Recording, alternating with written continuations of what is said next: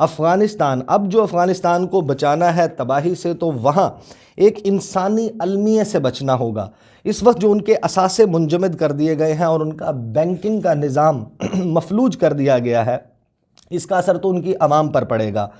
پاکستان تو اپنی طرف سے پوری کوشش کر رہا ہے۔ OIC کے فارن منسٹرز کی میٹنگ بھی ہے اگلے ہفتے اسلام آباد میں، جس میں پاکستان کی پوری کوشش ہے کہ دنیا کو قائل کیا جائے کہ آپ جتنا بھی طالبان کو پسند کریں یا پسند نہ کریں، مسئلہ تو اس وقت 4 کروڑ افغان عوام کا ہے، وہ جو انسان ہیں ان پر کیا گزر رہی ہے اور کیا گزرے گی۔ تو پاکستان تو اپنی پوری کوشش کرے گا، لیکن جب تک امریکہ میں یہ ریئلائزیشن نہیں آتی کہ اگر وہ اسی طرح ان کے اثاثے منجمد کریں گے اور ان کی معیشت پر دباؤ بڑھائیں گے، تو یہ انسانی المیہ جنم لے گا اور ایک بڑی تباہی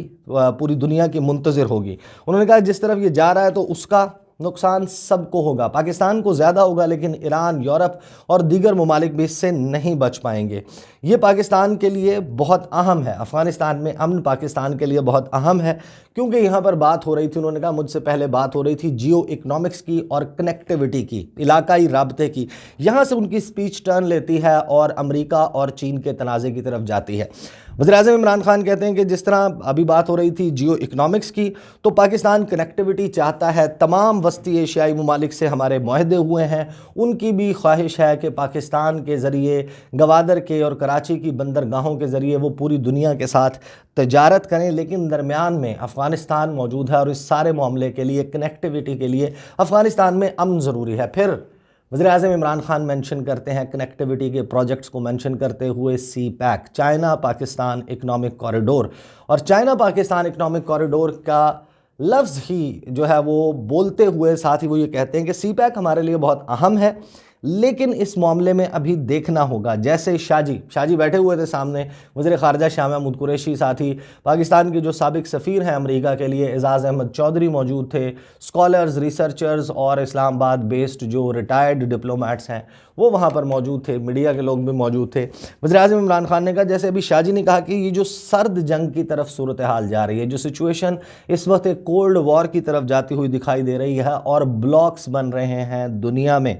ان بلاکس کو بننے سے روکنے کے لیے پاکستان کو پوری کوشش کرنی چاہیے۔ یعنی کہ پاکستان اس وقت ایک ایسی پالیسی لے کر چل رہا ہے کہ ایورٹ کیا جائے کہ دنیا 2 بلاکس میں تقسیم نہ ہو۔ انہوں نے کہا کیونکہ پاکستان کو کسی بلاک کا حصہ نہیں بننا چاہیے۔ یہ جو پہلے کولڈ وار تھی، اس سے بھی دنیا کو بہت نقصان ہوا، اور یہ جو اب کولڈ وار بننے جا رہی ہے، اس سے بھی پوری دنیا کو بہت نقصان ہوگا۔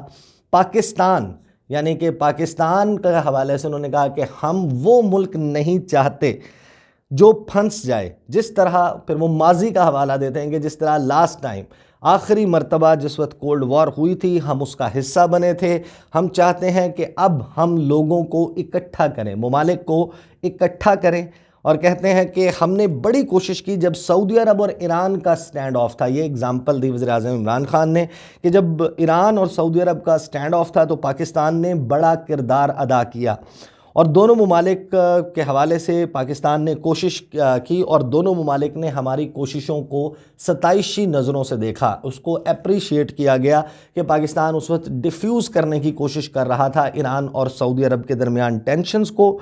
وزیراعظم عمران خان کہتے ہیں کہ ہم نے اس کرٹیکل فیز میں کوشش کی جب سعودی عرب اور ایران کے درمیان کانفلکٹ، بڑے پیمانے پر ایک کانفلکٹ کا آغاز ہو سکتا تھا۔ ہم اب بھی یہ چاہتے ہیں کہ جو امریکہ اور چین کے درمیان کولڈ وار ہے، یعنی کہ وزیراعظم عمران خان سمجھتے ہیں کہ اس وقت ایک کولڈ وار ڈیولپ ہو چکی ہے چین اور امریکہ کے درمیان۔ پاکستان نے جس طریقے سے 1970 کی دہائی میں، وزیراعظم عمران خان کہتے ہیں کہ جب اس وقت چین اور امریکہ کے درمیان تعلقات بہتر کروانے کی کوشش کی تھی، اسی طرح ہم ابھی بھی کوشش کرتے رہیں گے کہ ہم جو ان کے فاصلے بڑھتے جا رہے ہیں اس کو روکیں۔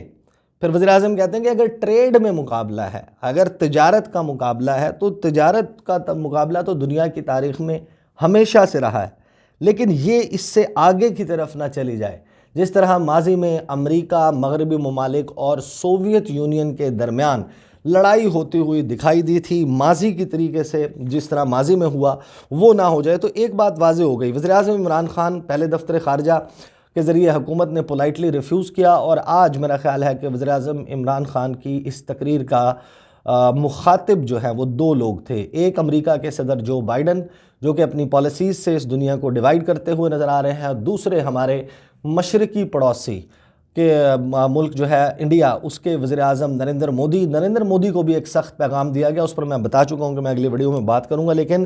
ایک بات واضح کر دی گئی ہے کہ پاکستان امریکہ کی پراکسی نہیں بنے گا۔ پاکستان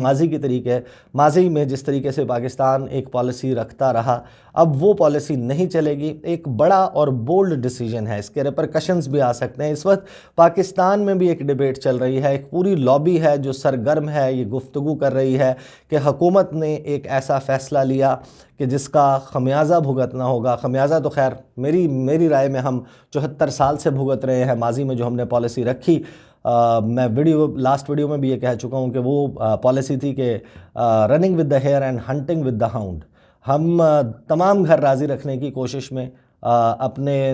ظاہر ہے کہ جو دوست ہیں ان کو بھی ناراض کر لیتے تھے، جس میں چین شامل ہے، اور اس مرتبہ واضح طور پر چین اور روس یہ دو ممالک تھے جن کے حوالے سے اب ذرائع جو ہیں وہ اس بات کی تصدیق کر رہے ہیں کہ انہوں نے بھی پاکستان کے ساتھ اس معاملے پر گفتگو کی تھی کہ یہ جو ایفرٹس ہو رہے ہیں اس دنیا کو تقسیم کرنے کے، بلاکس بنائے جا رہے ہیں، اس کا حصہ نہیں بننا چاہیے۔ 110 ممالک میں سے میں آج یہ کوشش کروں گا کہ جیسے اس سمٹ کا آغاز ہوتا ہے، یہ بھی ذرا دیکھنے کی کوشش کی جائے کہ امریکہ بہادر نے دنیا کے 110 ملکوں کو دعوت دی تھی، ان میں سے کون سے وہ ممالک ہیں جو انکار کی جرت کر سکے۔ پاکستان ان ممالک میں شامل ہے جو امریکہ کے اس دنیا کو تقسیم کرنے کے ایفرٹ کا حصہ نہیں بنا۔ کیا دیگر ممالک میں سے بھی کوئی ایسا ملک ہے جس نے اس قسم کا بولڈ سٹینس لیا؟ وہ بھی دیکھیں گے۔ اور جو میسیجنگ اس سمٹ فار ڈیموکریسی سے کی جائے گی، خاص طور پر جبکہ تائیوان کو اس میں شرکت کی دعوت دی گئی ہے اور اس کی شرکت کے جو دعوت نامے مختلف ممالک کو دیے گئے ہیں، اس پر بھی ایک